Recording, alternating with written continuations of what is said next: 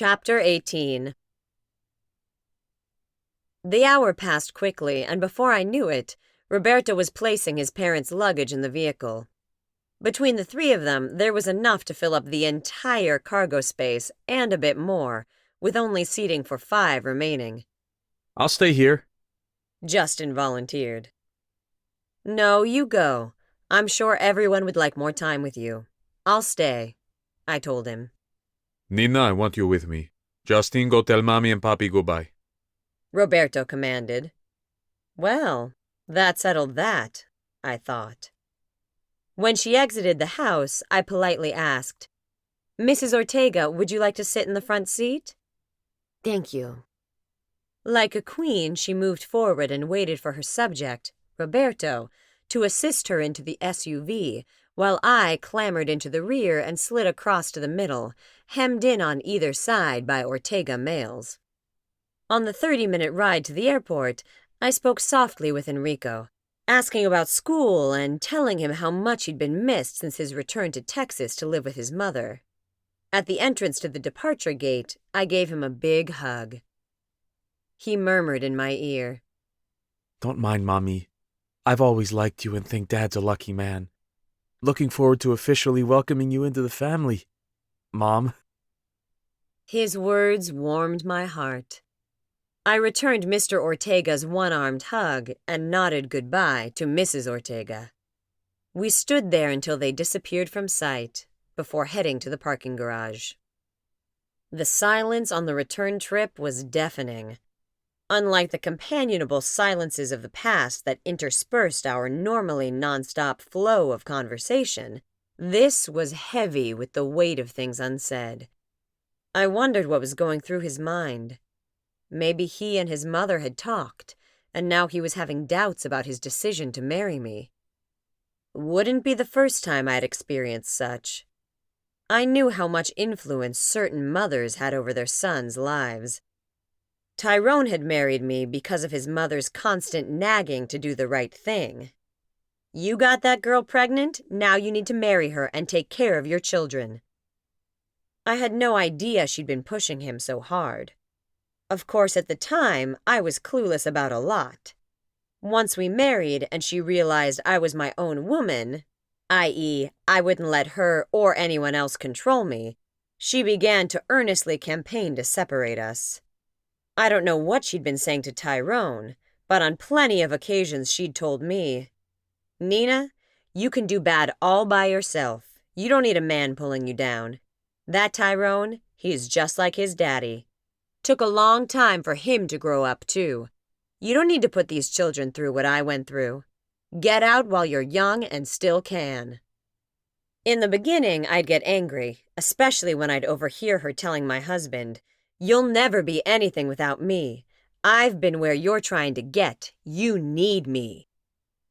The final straw had come during our reconciliation talks, when Tyrone had revealed that his mother had told him, If you go back to that woman, don't come back here. You won't be welcome. Then he'd quietly confessed, I don't know if I can make it without my parents. I'd known then, any hope there might be of saving our marriage was gone. His mother had won. I refused to go through the same thing with Roberto. If he wanted out, he needed to tell me now. The words burned in my throat, wanting to be released, but I held them in, aware I may be overly sensitive and overreacting. After all, I wasn't a mind reader. I didn't know something his mother said was the problem. The man could be sad to see his parents, not to mention his youngest son, leaving. Other than Justin, Roberto had no other family in the area. I cautioned myself not to make too big a deal out of what was happening. This was Roberto, the man God said was my husband. Roberto had agreed that God had revealed to him that I was his wife. He'd been willing to marry me even if Pastor Williams hadn't approved. Somehow I didn't see Roberto, as strong and decisive as he was, allowing his mama to sway his opinion of me and our pending nuptials. I needed to settle down, stop being so touchy, and wait until he was ready to discuss what was in his heart. In the meantime, I'd pray. The issue firmly resolved in my mind, I looked up to see we were in Roberto's subdivision. Are you staying? Roberto asked as he turned off the SUV. Bree's been home alone long enough, and I promised her we'd start putting up Christmas decorations tonight. From his grim expression, he wasn't happy with my response. The sharp snap of the driver's door closing punctuated his displeasure. Not quite a slam, but it was definitely harder than the way he usually closed his door. He turned and headed for the house, leaving me to exit the vehicle on my own. Very un-Roberto-like behavior. Trailing slowly behind, I entered the house to hear him bellowing for Justin, who came running down the stairs. Nina's ready to go. Okay, let me turn off the lights, Justin said quickly. As Justin ran up the staircase, I hesitantly asked, "Would you like to help us decorate?" He stared at me for a long moment, before releasing a sigh that seemed to come from the very depths of his soul. I am not in a very good mood. It will be better for all concerned if I stay here. Can I get a rain check? Sure. He came over and pulled me into a hug. I'm sorry I'm being such a bear. Relieved he was once more acting like the Roberto I knew and loved, I leaned into his embrace. Want to talk about it? Not right now. Let me get my head straight first. I nodded and pulled away as Justin came thundering down the steps. I'm ready. You gonna help string up the lights? He asked his father. Not tonight. Maybe tomorrow. We said our goodbyes, Roberto gave me a quick kiss, and we headed to the car. As we left, Justin asked, What's up with Dad? Why is he so cranky? I shrugged. He said he had stuff on his mind. Oh. Well, I hope he gets it straight. Later, Justin pulled down boxes of decorations from the crawl space in the attic. Brianna had already cleaned and cleared a space for the tree. An easy task since Roberto had packed away so many of my things and taken them to his house. For the next couple of hours, I laughed at the kids' antics as together they put up the tree and then argued about how to decorate it. I suggested lights first since my tree wasn't pre-lit. Garland was next, followed by a multitude of ornaments of all shapes, sizes, and colors. My favorites were the M&M men and the Teletubbies. The finishing touch was the placement of the candy canes. I gave them 2 boxes and held 2 in reserve, knowing from past holidays the candy would be long gone by the time Christmas Day arrived. Before turning in for the night, I called Roberto to share my amusement over the kids. He laughed in all the right spots, but I could tell he was only partially there. I made an excuse to cut the conversation short, said a quick prayer, and let him return to his brooding.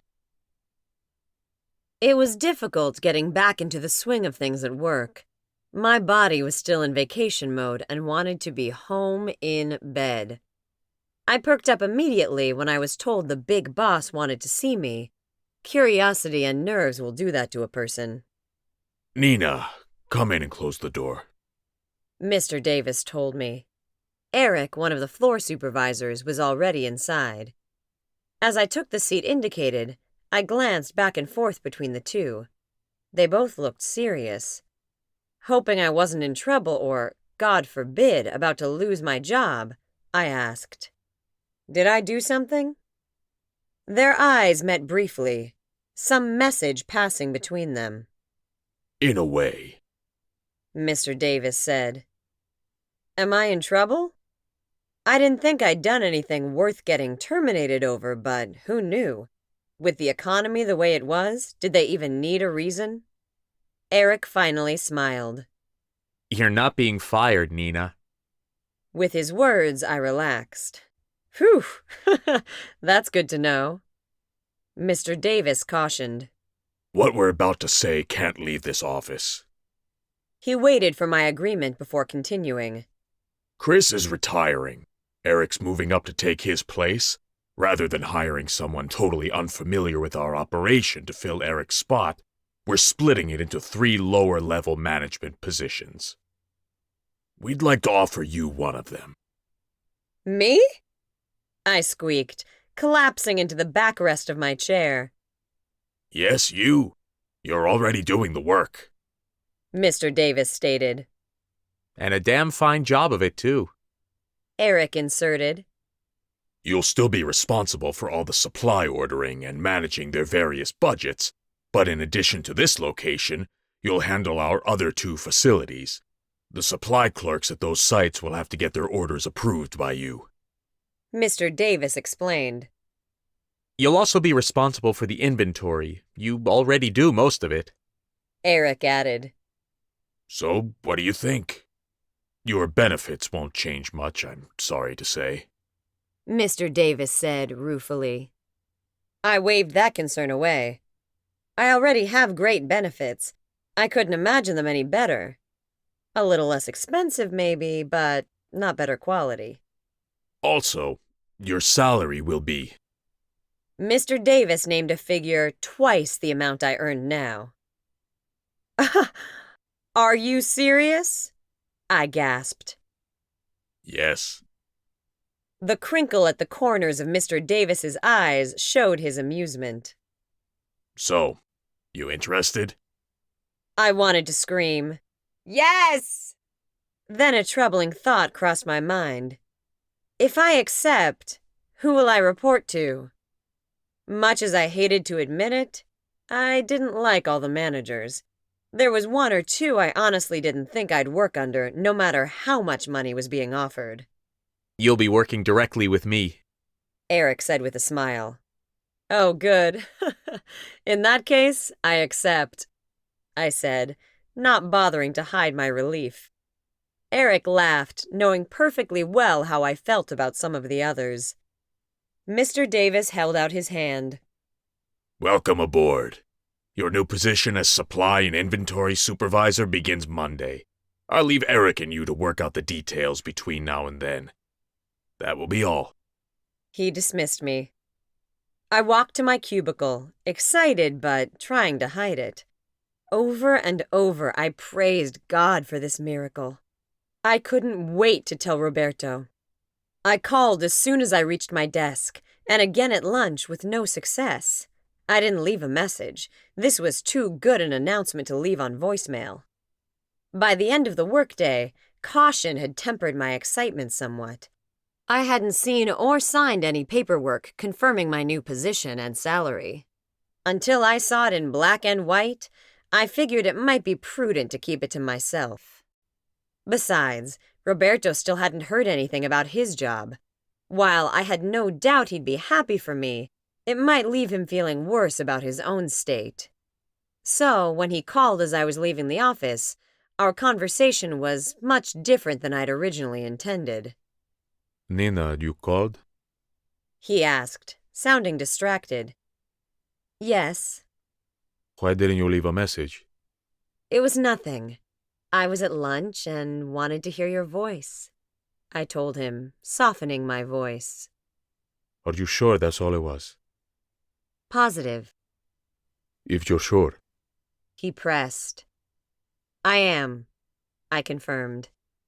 Well, since you don't need anything, I'll talk with you later. Oh, but He'd already disconnected. The rest of the week was more of the same. Roberto went from being constantly underfoot to never around. What phone conversations we did have were short and to the point. I tried to be supportive, give the man the space he said he needed, and not ask too many questions, but my patience with him wore thin. I wanted to know what was wrong. Part of me wanted to push the issue, but I was reminded that when I had something pressing on my mind, Roberto waited until I was ready to share. Could I do any less? Fortunately, work didn't leave me much time to fret. Eric and I were busy preparing for the transition, which was particularly challenging since we had to be circumspect about what we were doing until the official announcement next week. It's a good thing my coworkers were used to me running in and out of his office and working on various projects for him, or they'd have begun questioning me. My evenings were filled with church. If it wasn't service, then it was choir rehearsal or practice for the Christmas program. I barely had time to think, never mind worry. Friday arrived and Bree went to spend the weekend with her father. Justin and a few of the guys were headed to Orlando's Universal Studios. I had the house to myself. I wrapped Christmas presents and put them under the tree. Afterwards, I took a long soak in the tub while reading a new release from my favorite romance author. I didn't know where Roberto was or why he'd broken our usual pattern of spending Friday evenings together in my home, nor was I going to worry about it. I turned it all over to God and was determined to leave it there. I locked up the house and climbed into bed, reading until I fell asleep. A bell was ringing somewhere. It was very annoying. I woke up to the realization my phone was ringing. It was after midnight. Who was calling? The ringing stopped. I relaxed, closed my eyes. It began again. I snatched up the receiver. Hello? It would have been a snarl if my voice wasn't scratchy from sleep. Nina, sorry to wake you. Look, I was thinking, we need to postpone the wedding. Roberto? I was still more asleep than wake, and he was speaking too fast for my sluggish mind to keep up with. Nina, wake up. Did you hear what I just said? We need to postpone the wedding. I was alert enough now that I understood what he was saying, but it didn't make sense. Our wedding? The one that's in 4 weeks? I questioned sharply. Yes. For how long? I asked, totally bewildered. Indefinitely. I reared back. What? Why? No, wait, don't answer that. I'm coming over. Nina, no! Roberto, yes. I'll be there in a few. After throwing the phone down, I jumped out of bed and stripped out of my gown in almost the same motion. I grabbed a pair of yoga pants and slipped them on along with a white tank. In the bathroom, I splashed water on my face and gargled with mouthwash before heading to the closet. Feet in slides and zippered hooded jacket on, I was out the door in less than 5 minutes after we disconnected. That man must have bumped his head and rattled his brain, I fumed as I sped through the nearly deserted streets toward his house. I didn't know what was going on in his mind, but he'd better have a darn good reason for springing something like this on me, almost at the last hour. The small wedding ceremony was set for the first weekend in January, on the 3rd. Invitations were prepared and ready to go out in tomorrow's mail. While Roberto loved my idea of coming to Sunday service and leaving married, everyone else was vehemently opposed. So, for the sake of peace, once again I put my desires aside and gave everyone else what they wanted. A small, intimate ceremony. I refused to decorate the church and wasn't spending a lot of money on the arrangements. Our wedding would have the simplicity of a courthouse ceremony, but it would be at our church, officiated by our pastor. Or would have been. Now I didn't know what was going on.